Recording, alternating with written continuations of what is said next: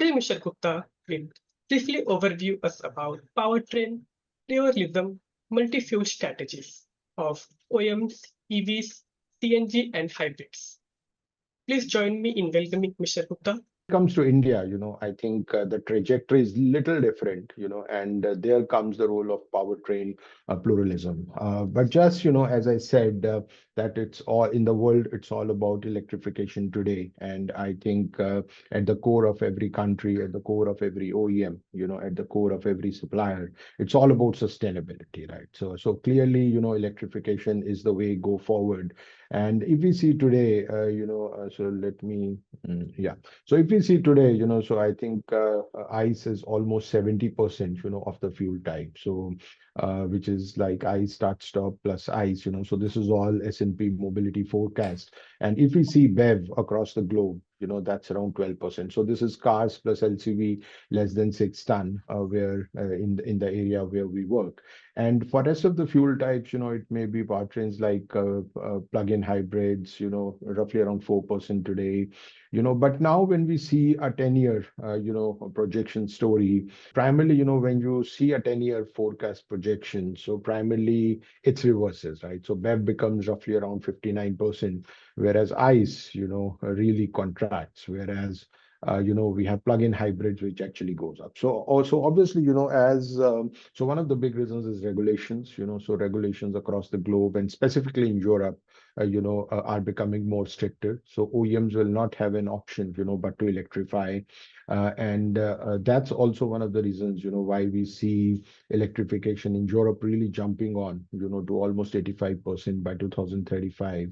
While in US and China, it's relatively around 70-75%, right? But another, reason is that if we see today, obviously, there is a range anxiety, specifically when it comes to passenger vehicles. So when this charging inconvenience, becomes convenience, and there is a lot of things which are happening in terms of charging infra, even in India or across the globe. So obviously, as we see electric vehicles becoming more affordable, so we'll see this happening on ground. So now, currently, I have put up this slide because currently one of the big questions today when it comes to passenger cars is that even today, we are roughly at a 2% penetration, right? So we are almost nothing. But this is just analysis because we cover all the global markets, right? And generally, when we see that there is obviously a kind of an inflection point for every country, and generally we have seen that inflection point is around 3 to 4%, when suddenly we see a jump. So here to give you an example, for example, markets like Germany, markets like France, so we can see penetration jumping on from 4-5% to 15% the very next year, similarly China. Jumping on from 4% to 9%, though it was way back 16-18, right? So if you see the trajectory, where we have seen 3.5 to 6%. But when it comes to India, we are at 2% right now. And primarily next 2 years, we should be when players like Maruti Suzuki, enters with the EV, or other players like Hyundai Kia enters with the EV next year. So, we may really see, this we coming as a country, coming close to 3 to 4%. And that's the time, when we really see the EV market, really booming in India, right? For the powertrains or the fuel types, in passenger vehicles. And this is for India, right? So clearly, I think one thing is very clear, that the diesel is the dirty fuel, right? So obviously declining continuously as we move across from 2024-25 towards 2035. But what is interesting is this green, right? So clearly, I think we'll be moving on, in terms of BEV penetration and going up to like almost 32% by 2035 and almost 19% by 2030. So here, one of the consideration, obviously, this is like today, government taxation policy. So obviously, if tomorrow, government taxation policy is more inclined towards hybrids, then obviously we may see a slower EV trajectory, relative to what you are seeing today. But then one interesting trend right now, what we can clearly see is the wheel arc growth, for CNG, which is in yellow, right? So clearly CNG is emerging as a great fuel, but if you see almost, close to now 18-19% of the vehicles being sold, which are CNG, and obviously a lot of it is being used by fleet. But now, even the personal segment, primarily because Maruti is very aggressive in CNG, have started using, starting getting into CNGs, right? So clearly, I think in India, a country like India, powertrain pluralism, right, which we talk about multi-fuel types, so that's really very important. And that is why if you see the goal of every OEM, let us say, any OEM is same, right? They want to decarbonize. They really want to get toward the net zero goal. They want to launch electrics, right? But their paths are different. For example, Maruti focus a lot on CNG and hybrids.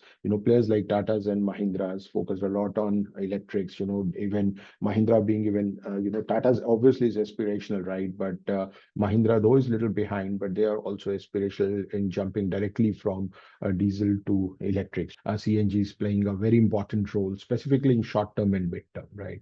Maybe in long term, yes, we may see as hybrid technology becomes more frugal, here, like if you see this gray part, so this is percentage, right? So this is primarily Maruti introducing low cost hybrid technology, and as it comes in, then we may see that vehicle with less than 10 lakhs, so there may be a shift from CNG into hybrids, because though obviously CNG is a very cost effective fuel, and in India at the end of the day, everybody's worried about, kitna deti hai, right? About the average of a car, right?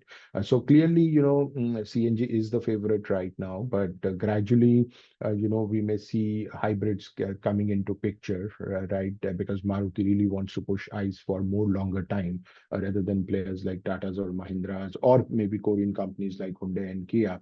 So maybe once you have these low cost hybrids in place, so then we may see CNG share actually dropping, right? Whereas, electrification is something, which we feel, obviously, a lot of it depends on the regulation about the taxation structure.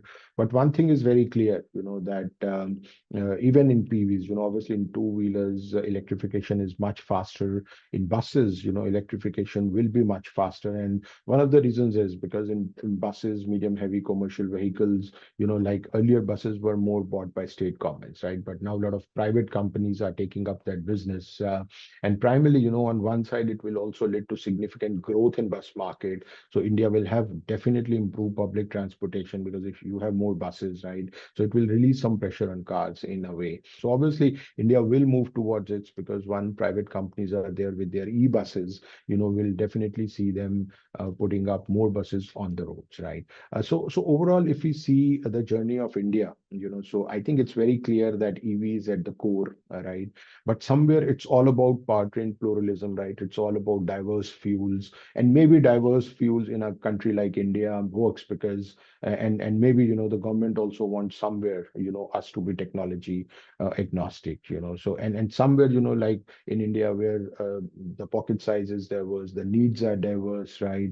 We work in a lot of segments, right from a 5 lakh rupee car, 6 lakh rupees car, to obviously premium luxury cars, so somewhere the space would be there, and space is there because today, if you see the light vehicle or the car plus LCV market is roughly around close to 4.9 million units, right? And going forward, it is in 2035, it'll be somewhere around close to 7.2, 7.3 million.